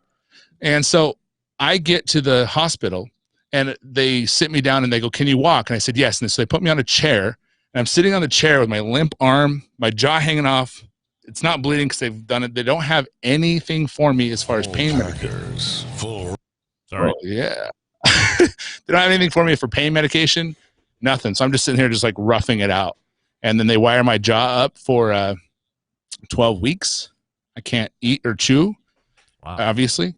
But if you want to know what anything tastes like blended, man, I can hook you up. I know I've done it all. Burgers, pizza, everything blended. So I had to move home, and I never went back to New Orleans. Haven't been back since. Not that I don't want to. It's a lovely place. But if you're going to New Orleans, you need to watch where you're going constantly. Don't think it's cool to just go down that street, even though you live just a few blocks down. So, yeah, it was pretty crazy. Anyway, funny. This is not a funny story. I'm sorry I said that. This group of kids that were literally 17, 18 years old killed 2 people and beat 3 more people up that same night. So, 3 more on top of you? Yeah. Wow. 2 died, and I survived. I was one of the other ones that survived. Oh, wait. So, yeah. When you turn around, because you hear them coming up behind you, do you see them hit you, or do you just see the white? I don't see anything. I feel it, and I just see the white. So I turned just enough. Was it just pain? like a little, like immediate pain? Yes, and then it was gone. Yeah. So it was weird. It was the weirdest feeling to be. I mean, like laying on the ground, I'm seeing it happen, and I'm feeling the pressure, but it's not hurting me. Yeah. So super weird how your body will protect you like that. You know, super strange. So yeah, What I was in the complete. next day like? Absolutely horrendous.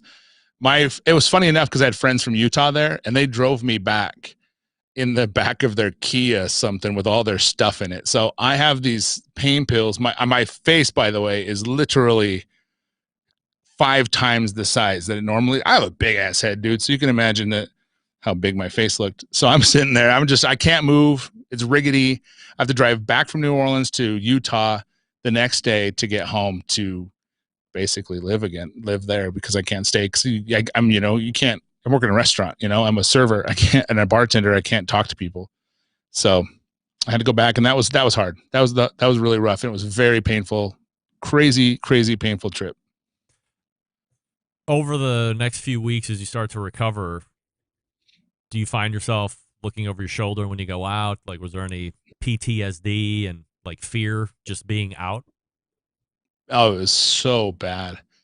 I couldn't walk at all anywhere. I'd have to have my sister come with me or someone. And even then I didn't feel comfortable. Man, that went on for 5 years.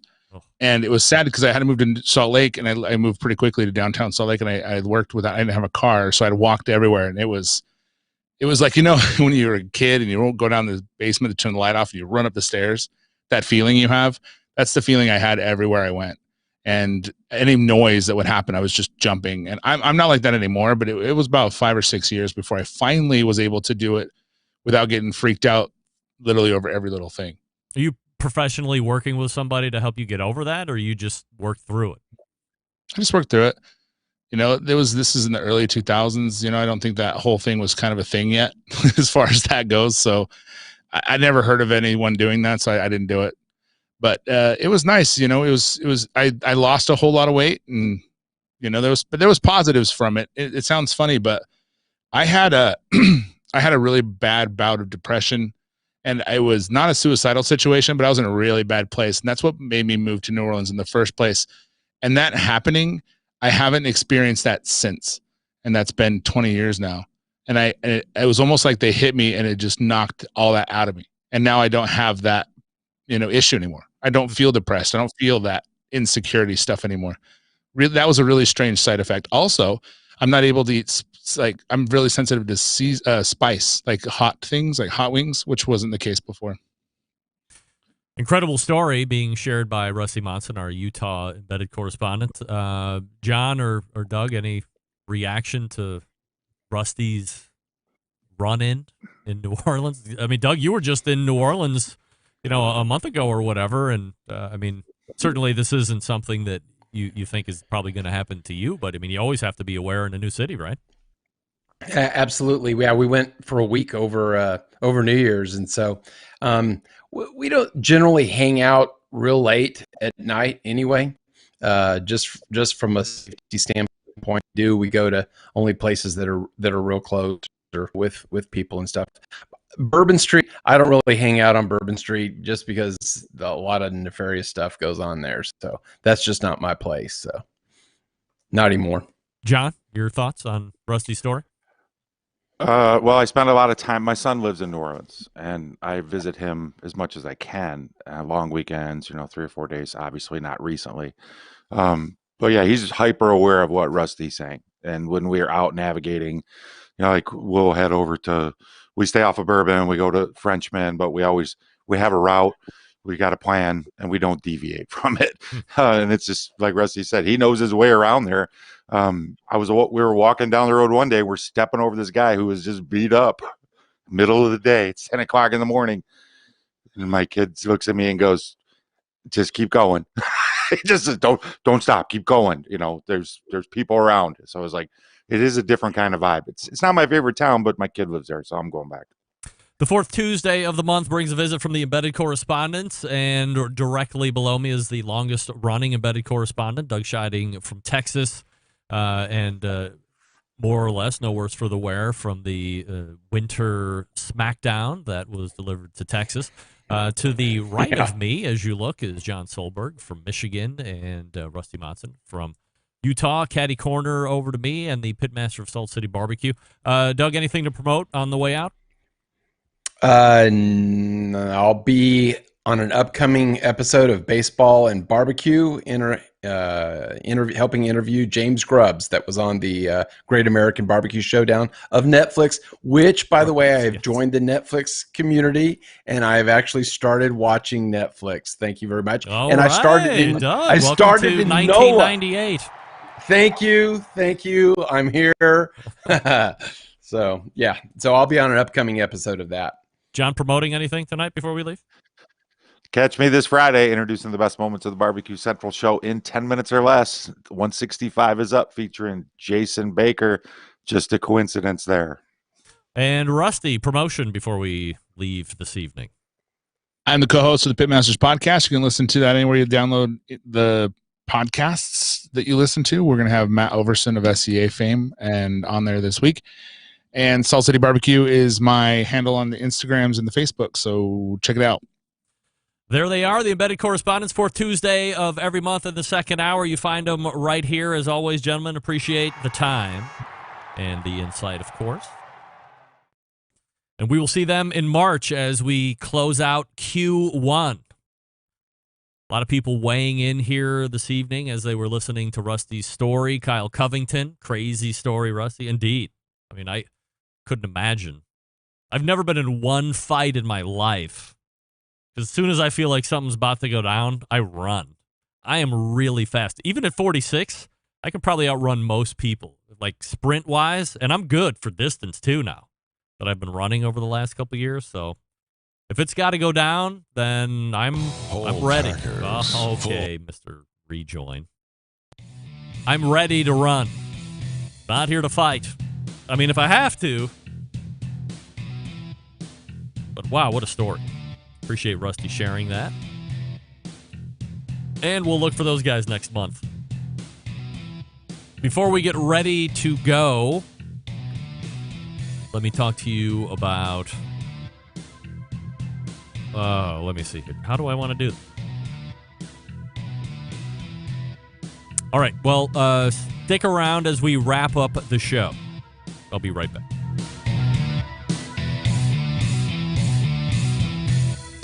Whole packers, full racks, legs and thighs, injecting butts. If you've never heard this before, you might think you found the best XXX show ever.